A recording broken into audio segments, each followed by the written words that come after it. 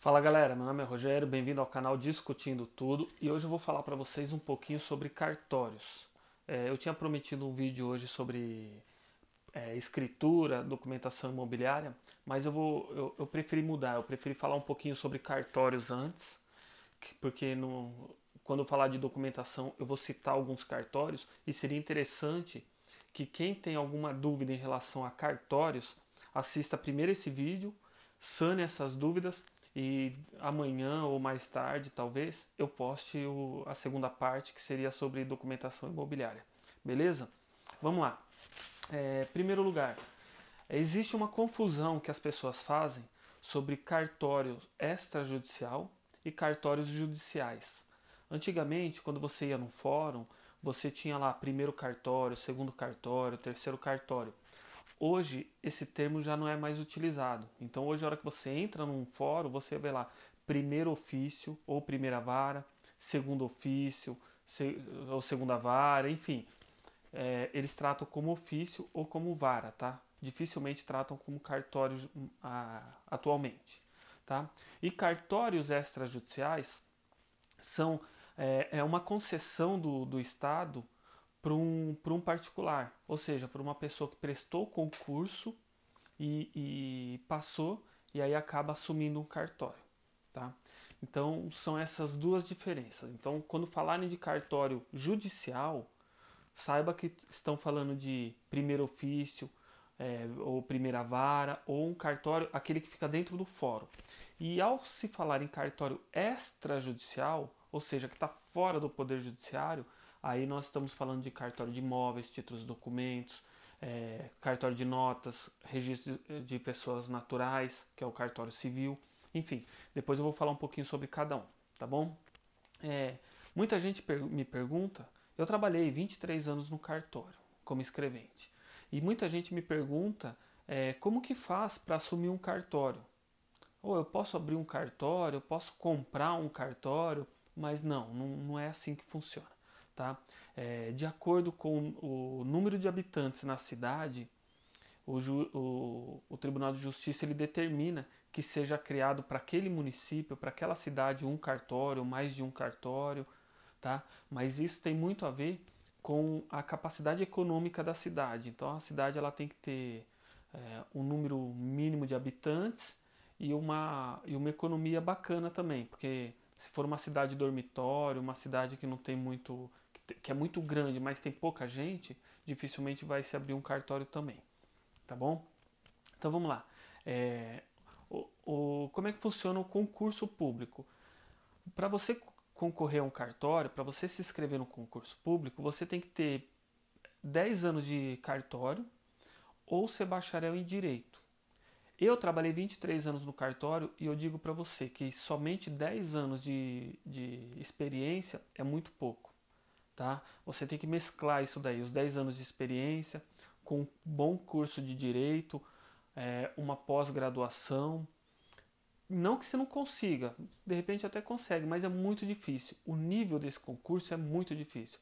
Você tem ex-juízes, desembargadores e até mesmo donos de outros cartórios que se inscrevem novamente no concurso para ver se pega um cartório melhor, um cartório com mais renda. Tá?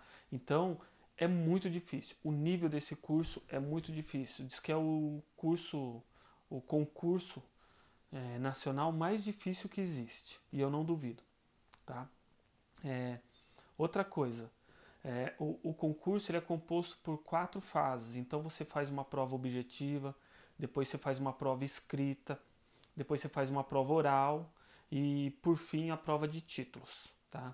Que essa é classificatória. Então quanto mais títulos você tiver, ou seja, uma pós-graduação, uma graduação, uma pós-graduação, um mestrado, um doutorado, então, se você já foi interventor em outro cartório, enfim, tem várias regrinhas que vão pontuando de acordo com o seu currículo. Então, é bacana, é muito bom você ter um curso, você ter uma carreira acadêmica, tá? Para complementar essa pontuação, beleza? Como é que funciona? O, todo ano praticamente o Tribunal de Justiça ele faz um concurso público, ele organiza um concurso público. E nesse concurso público, ele coloca os cartórios que estão vagos, ou seja, os cartórios que estão sem donos. Seja porque o dono morreu, seja porque o dono mudou para outro cartório, ou ainda porque o dono não cumpriu com suas obrigações e acabou perdendo a delegação. Tá? E aí, eles classificam isso daí, acho que no último concurso aqui, que foi o 11º, tinha algo em torno de 130 cartórios. Então eles pegam 130 melhores classificados e aprovam eles no concurso. E aí, eles classificam da maior para a menor pontuação, por óbvio. E aí, o primeiro colocado da lista geral, ele tem lá 130 cartórios para escolher. Então ele vai escolher o que tem maior renda, provavelmente. Aí o segundo colocado, ele já não tem mais 130 cartórios para escolher, ele tem 129. O terceiro colocado já tem 128. Então assim, se você passar no concurso, mas passar numa posição ruim, numa posição muito baixa, provavelmente você vai ficar com um cartório que ninguém quer, que eles chamam de cartório deficitário. Eu vou explicar depois o que é cartório deficitário, tá bom? Então assim, aí ele passando, aí é feita uma audiência de outorga, de investidura, ele sai dessa audiência do Tribunal de Justiça, depois de alguns dias do resultado do concurso, aí ele vai até o juiz corregedor, e o juiz corregedor trata de fazer a investidura nele de fato no cartório. Aí ele chega e ele assume o cartório de fato, tá bom? O que acontece?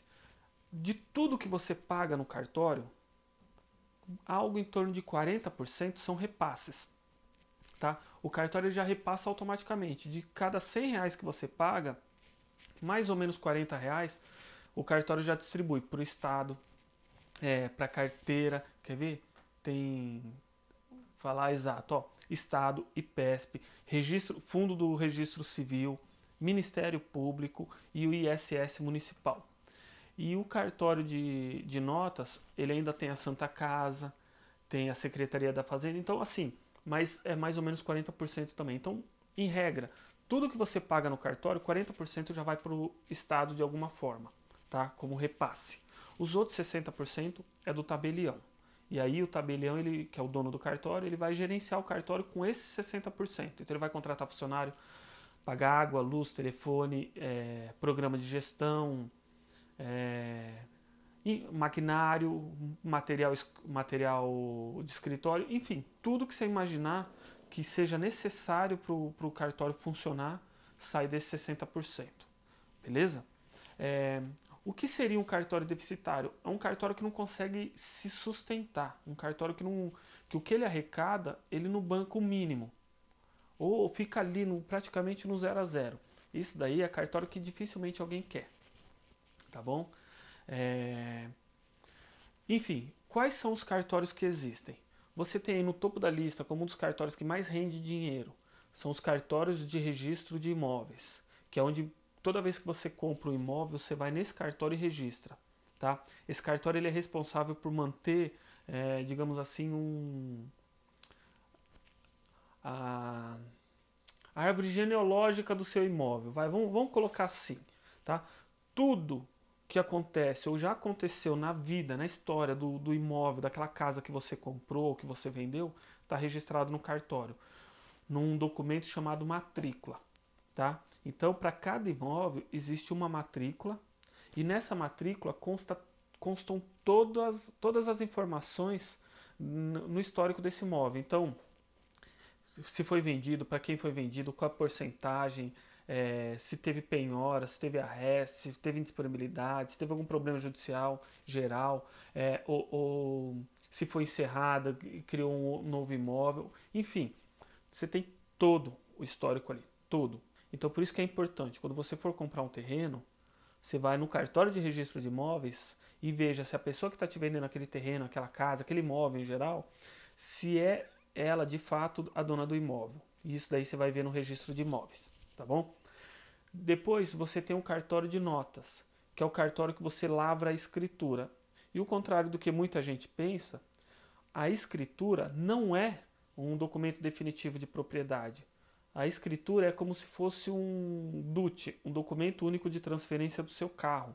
É como se fosse um recibo de transferência.